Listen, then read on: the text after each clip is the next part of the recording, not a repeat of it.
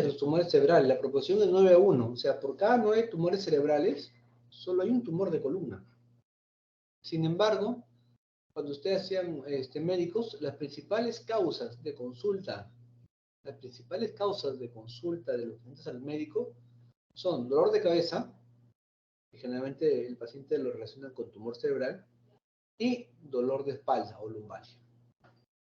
Entonces, de ahí la importancia de hacer los diagnósticos diferenciales importantes, porque la gran mayoría de dolores de columna o de espalda, el 90% remiten con cualquier tratamiento. ¿Qué significa cualquier tratamiento? Masajes, acupuntura, la pastilla que dio el farmacéutico, la medicina que le indicó el médico general. O sea, la mayoría de problemas de columna remiten con cualquier cosa. Sin embargo, el 10% de dolores de columna no remiten con tratamientos rutinarios o convencionales. Y es ahí que debe ser evaluado por un médico especialista en columna, generalmente un neurocirujano. Entonces, ustedes, sean de la especialidad que tengan, tienen que más o menos tener, como les dije en la parte de los tumores cerebrales, los signos de focalización. Los signos de focalización nos indican que está pasando o no está pasando algo grave en la columna, que requiere importancia, requiere ser tomado en cuenta. Y generalmente esto va asociado con una buena anamnesis, un examen físico, y se complementa o se concreta con una resonancia magnética. Ahora, hay veces que los médicos generales no saben pedir resonancias magnéticas, piden resonancia magnética del segmento que no corresponde, porque no hicieron una buena anamnesis ni un buen examen físico. Aunque una resonancia magnética con vista panorámica también podría ayudar, ¿no?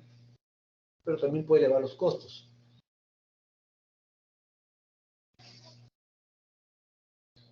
Entonces, los tumores de columna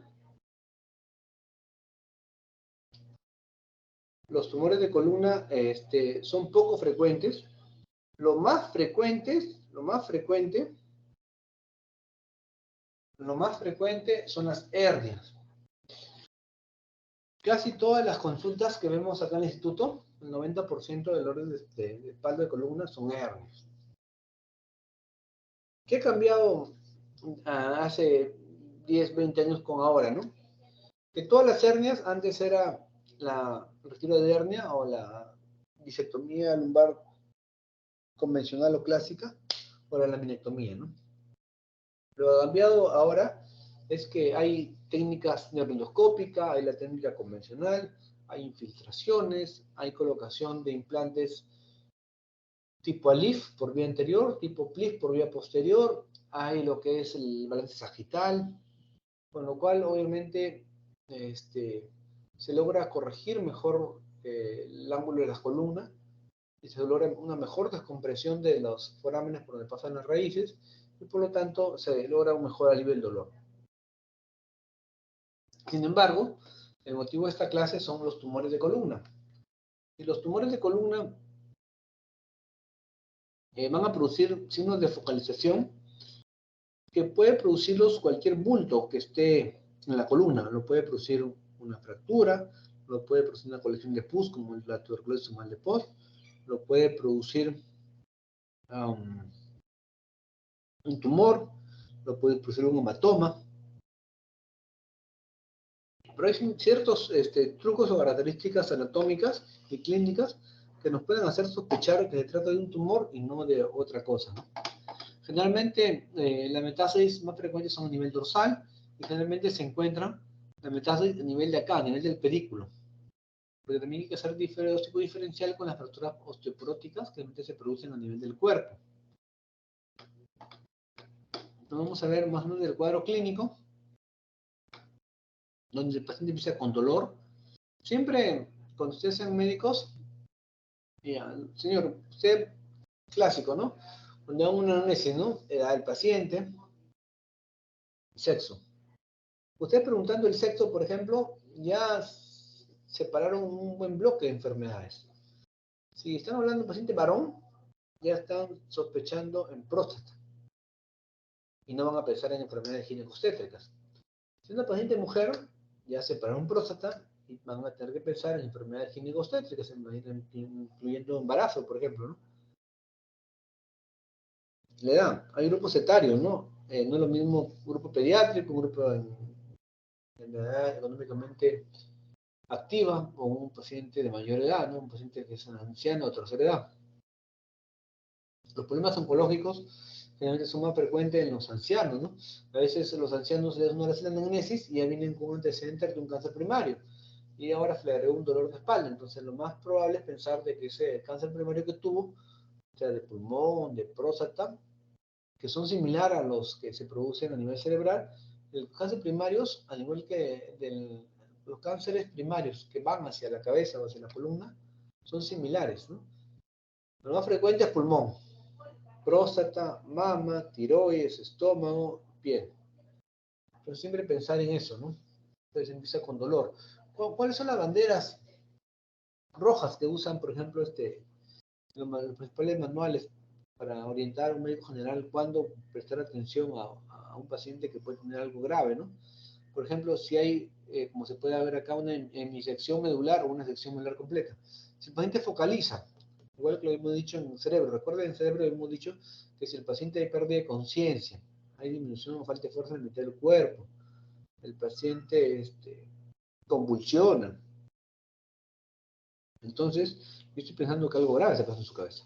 En el caso de la columna, aparte del dolor, que puede ser cualquier tipo de dolor, hasta un dolor muscular, si el paciente hay disminución o falta de fuerza en una de las extremidades o en las dos, alguien tiene dificultad para orinar, si el paciente ha tenido pérdida de peso, el paciente ha tenido fiebre,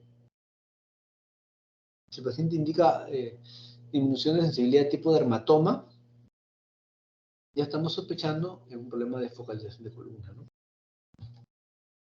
Y no vamos a esperar a que llegue una sección medular completa, que el paciente llegue parapléjico, para recién solicitar una evaluación por especialista o solicitar una resonancia magnética. Desde que inicia el dolor hasta que se produce la sección medular completa, pueden pasar semanas o meses, va a depender del tipo de patología. Hay tumores que crecen muy rápido y tumores que crecen un poco más lentos. Los tumores que crecen rápido generalmente son las metástasis. Los tumores que crecen lento generalmente son los tumores benignos, por ejemplo los meningiomas, ¿no? Entonces hablamos de dolor, debilidad, trastornos sensitivos, trastornos vegetativos, claudicación intermitente y hemorragia subaracnoidea. Vamos a ver por acá. Entonces los tumores, básicamente, que no deben olvidar, acá, primero la metástasis. Se presenta en el 5 a 10% de todos los pacientes portadores de cáncer. Este porcentaje varía. En el último congreso de cirugía de columna se habló que hasta el 70% de los pacientes con cáncer llegan a presentar metástasis a la columna en algún momento de su enfermedad. O sea, los pacientes oncológicos, de cada 10, 7 llegan a hacer metástasis a la columna. Es una cifra sumamente más alta de la que yo tengo acá, ¿no? Son los últimos datos. Lo más frecuente, como lo mencioné, pulmón, mama, próstata. ¿No? Siempre, ¿no? Pulmón a la cabeza. En mujeres mama, en hombres próstata. El truquito acá es la anatomía, ¿no? La unión entre el pedículo y el picorpo vertebral, la zona más afectada. Este de acá, el pedículo.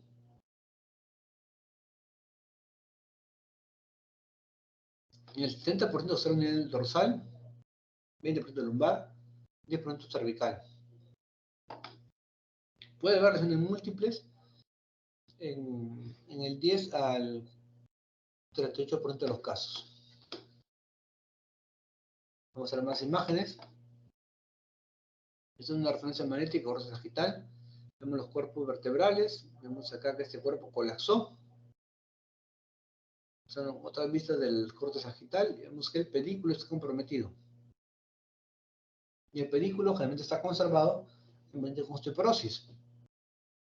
Porque en el paciente osteoporótico lo que se fractura es el cuerpo vertebral que es hueso esponjoso. En cambio, el pedículo es hueso cortical, que es más duro. Por eso es que esa es la explicación fisiopatológica, porque el problema neoplásico compromete más el pedículo, que es un hueso duro, el pedículo es duro, y porque en fractura por osteoporosis compromete más el cuerpo, porque el pedículo es duro, entonces no se fractura fácilmente. Lo que se fractura fácilmente es el hueso esponjoso del cuerpo vertebral. Entonces, desde el punto de vista anatomía, a nosotros nos interesa clasificar los tumores en 3 tipos. Recordemos que la columna y la médula está protegida por una membrana, que es la dura madre. Lo que está por fuera es un tumor extradural, extra, fuera de la dura madre. Lo que está por dentro es un tumor intradural, tanto la figura A como la figura B son tumores intradurales. Pero dentro de la dura está la médula. Va a haber 2 tipos, los tumores intradurales, extramedulares, que está dentro de la dura, pero fuera de la médula, y los tumores intradurales, intramedulares, que están dentro de la médula.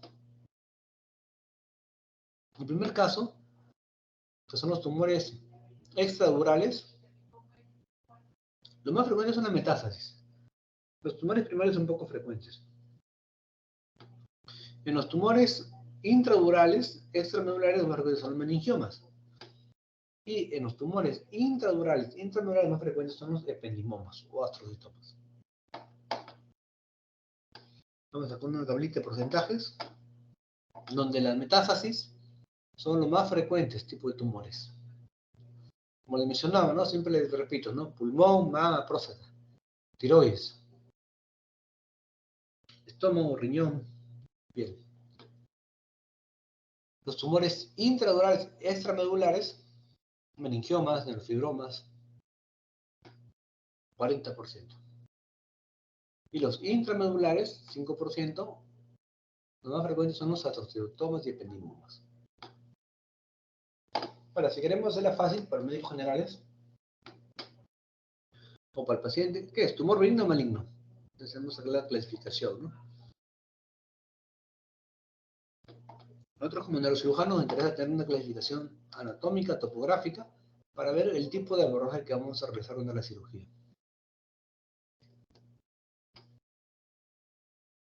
Vamos a hacer un par de casos. Aquí, por ejemplo, vemos una imagen didáctica de lo que es la médula, la salida de raíces, por los forámenes, y vamos a sacar una tumoración. En este caso podría ser un meningioma, por ejemplo. Vamos a hacer la meninge, la membrana que envuelve la médula. Crece la meninge, va a comprimir la médula por un lado, va a producir una hemisección medular. Eso se va a traducir en una paresia, o monoparesia del lado comprometido, y también puede producir problemas de dermatomas. Cuando ya el tumor crece y comprime completamente la médula, ya hablamos de una sección medular como agente parapléjico. Finalmente no debemos llegar a esto, porque la posibilidad de que recupere las fuerzas en las piernas después de una paraplegia es baja. Entonces hay que hacerlo en el momento adecuado de la cirugía, no esperar hasta el final.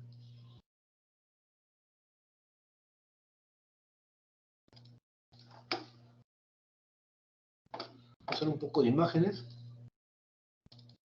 Por ejemplo, acá vemos una resonancia magnética, un corte sagital. Cuando el líquido cefalorraquídeo de la resonancia magnética se ve de color negro, es un T1. Ahí dice que es con contraste.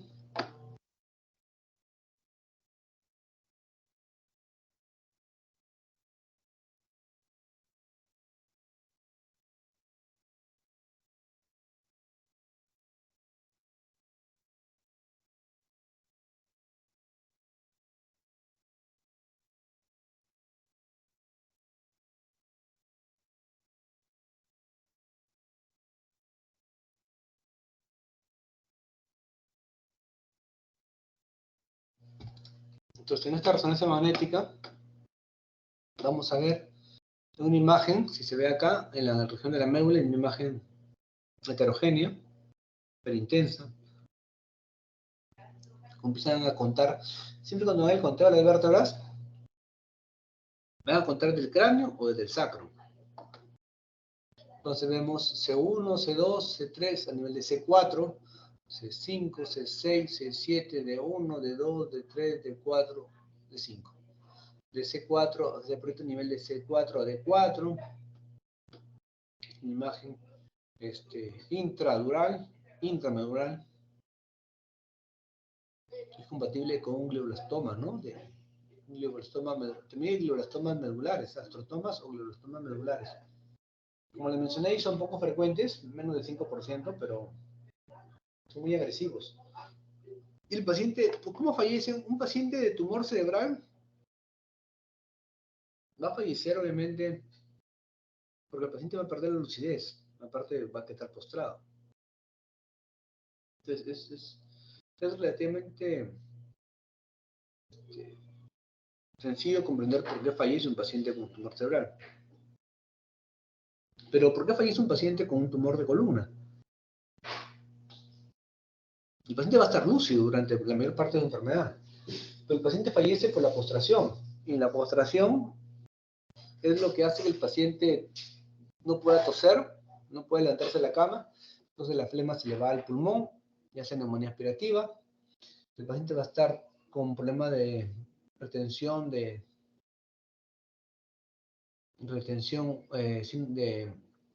orina, entonces va a estar con una sonda Foley. La sonda Foley debe cambiarse cada 2 semanas, pero aún así la manipulación es una puerta de entrada de infección urinaria. Y el paciente debe cambiarse de posición cada 4 horas.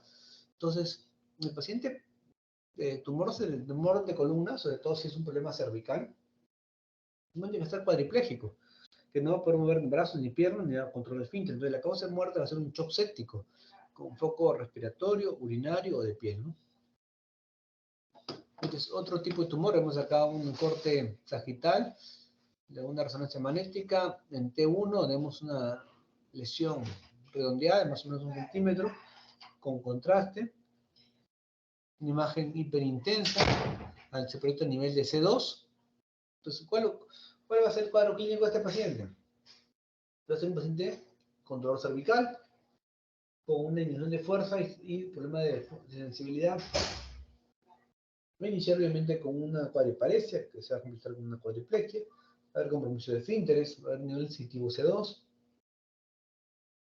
Si el paciente no es operado adecuadamente en su tiempo, va a terminar con una cuadriplexia y va a fallecer por una postración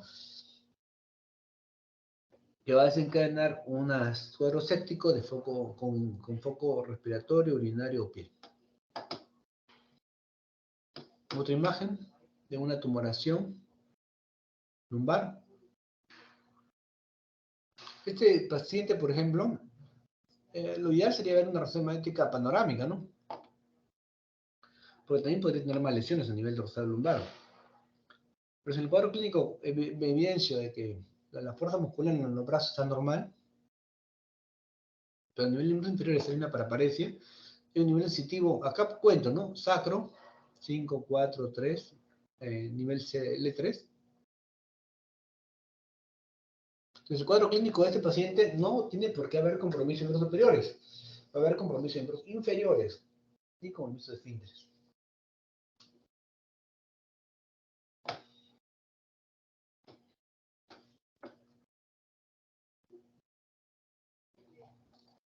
Otros casitos interesantes. Hablamos del glioblastoma multiforme, miren. Este es un corte sagital, el líquido cefalorraquídeo se ve de color blanco, hablamos de un T2. Vemos la médula, vemos que la médula tiene una imagen hiperintensa. Ojo, otra cosa. Hay términos médicos. En radiografías, radiopaco, radiolúcido. En tomografías, es hipodenso e hiperdenso. En resonancias es hiperintenso o hipointenso. ¿Ya? Repito. Radiografías, blanco, radiopaco, negro, radiolúcido. En tomografías, blanco, hiperdenso, negro, hipodenso. En resonancia magnética, blanco, hiperintenso, negro, hipointenso. Vemos acá que en la médula hay una imagen hiperintensa dentro de la médula. Entonces esta imagen es compatible con un astrocitoma medular. Y va a producir lo que les expliqué, el cuadro clínico de una cuadriparesia, un nivel sensitivo C3, C4, compromiso de esfínteres. También este paciente, acá vemos una imagen compatible con meningioma, vemos cómo la meninge, que se ve en la parte posterior, se proyecta y empieza a crecer y comprime la médula. Ahora, si me dicen, ¿qué nivel es? No puedo precisar, ¿no? Probablemente parece ser dorsal, pero mientras no tenga el cráneo o no tenga el sacro, no puedo hacer un conteo adecuado para ver el nivel, ¿no? A diferencia de la figura anterior, que sí tengo el cráneo y puedo hacer el conteo. Ya lo vimos. Ya lo vimos. Ya vimos la metástasis. Acá, por ejemplo, es un ependimosis terminal, ¿eh? Hemos hecho iniciación de la piel, rasgado músculos, sacado la parte de las láminas, apófisis. Ahí está la dura madre y hemos llegado al ependimoma. Los ependimomas obviamente requieren tratamiento complementario con radioterapia. Son radiosensibles. Ahora, ustedes han visto muchas resonancias magnéticas. Cuando uno está en el CERUM, o en un hospital general donde suele haber radiografías, tiene que aprovechar al máximo las radiografías. Como en esta imagen de acá, buscar deformidad del pedículo, buscar deformidad de desviación de apófisis espinosa, acudir a las mielografías que no se hacen, mielografías que consisten en hacer una punción lumbar e introducir contraste para tener una mejor imagen de lo que está pasando por dentro, pero al final el gol estándar es la resonancia magnética. Cuando hacemos tomografía de tórax, abdomen y pelvis, ¿no? Cuando tenemos una imagen compatible con una metástasis de columna o una metástasis compatible a nivel cerebral, ¿cómo es el primario?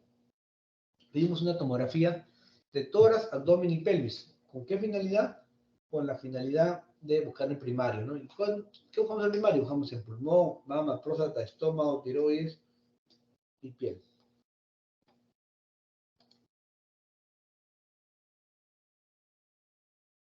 Vamos a sacar otra casa de resonancia magnética. Acá está. Ya. Tratamiento quirúrgico busca buscar la interfase tumor-médula. En algunos casos se logra diferenciar con mucha facilidad hasta dónde llega el tumor y hasta dónde llega la médula. Este tipo de cirugía es realmente fácil porque puedo retirar el tumor sin dañar la médula.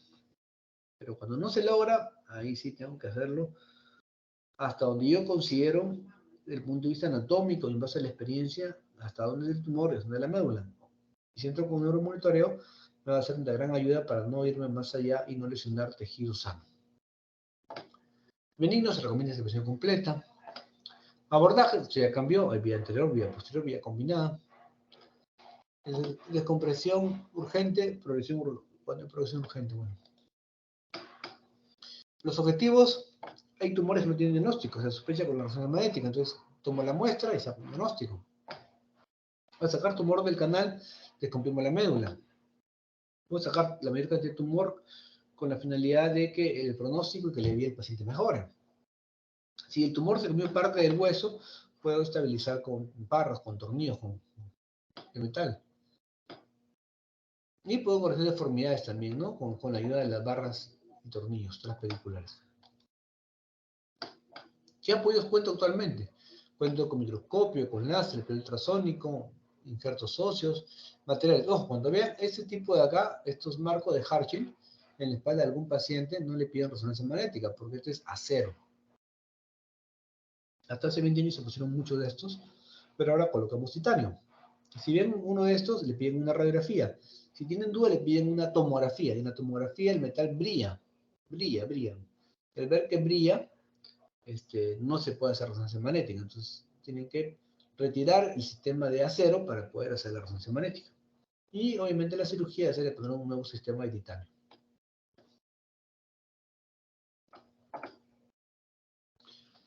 En el procedimiento quirúrgico, hay que ver posición, localización de la incisión, dirección de exposición, laminectomía, flerectomía, urotomía, excesis tumoral, plastía oral, hemostasia, artrosis. Hay que considerar una serie de aspectos al momento de operar, cómo colocar al paciente, dónde empezar la incisión.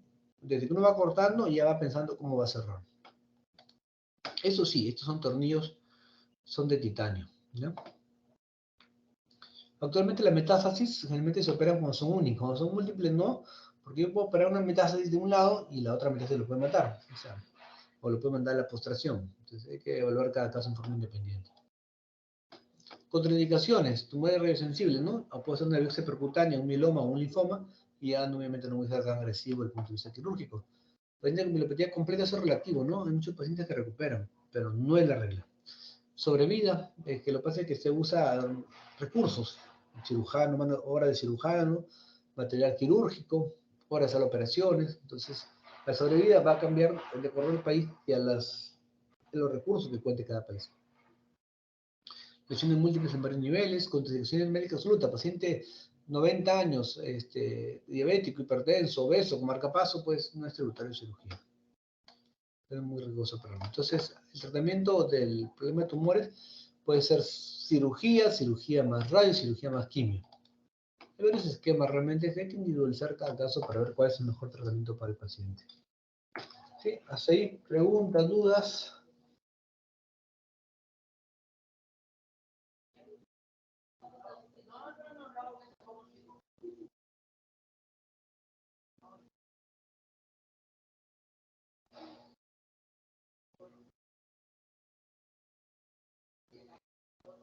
¿Sí, alguna pregunta, alguna duda?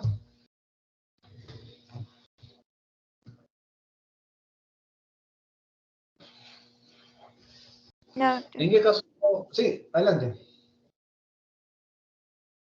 ¿Sí? ¿Cuál es la pregunta? ¿En qué caso se hago una biopsia percutánea? La resonancia magnética nos da un 90% de acercamiento al diagnóstico. Pero si tengo dudas, no sé si es una tuberculosis o un cáncer, porque a veces pasa, la tuberculosis tiene imágenes muy similares al cáncer, hago una biopsia percutánea. Es un procedimiento relativamente fácil, con pocas posibilidades de complicarse. Y si sale tuberculosis y realmente es estable la columna, le tratamiento para TB y lo puedo curar sin necesidad de abrirlo o operarlo, ¿no? Pero si era un problema neoplásico, aún conservo la fuerza de las piernas, le planteé a la familia la posibilidad de hacer una reconstrucción completa del cuerpo, una corporectomía con barras, metal, y tratamiento comunitario con radioquimio, ¿no? Pero ya sé a qué me estoy enfrentando, o sea, ya no entro a ciegas a operar. Esa es la ventaja de la biopsia percutánea. ¿Sí? ¿Alguna otra pregunta, duda?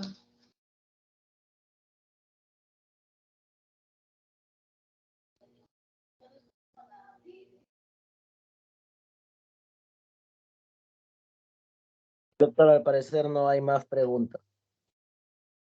Listo, ok. Entonces nos estamos viendo. Cualquier pregunta puede ser por WhatsApp. Está bien, doctor. Nos vemos, hasta luego. Muchas gracias, doctor. Gracias, doctor. Gracias, doctor. Gracias.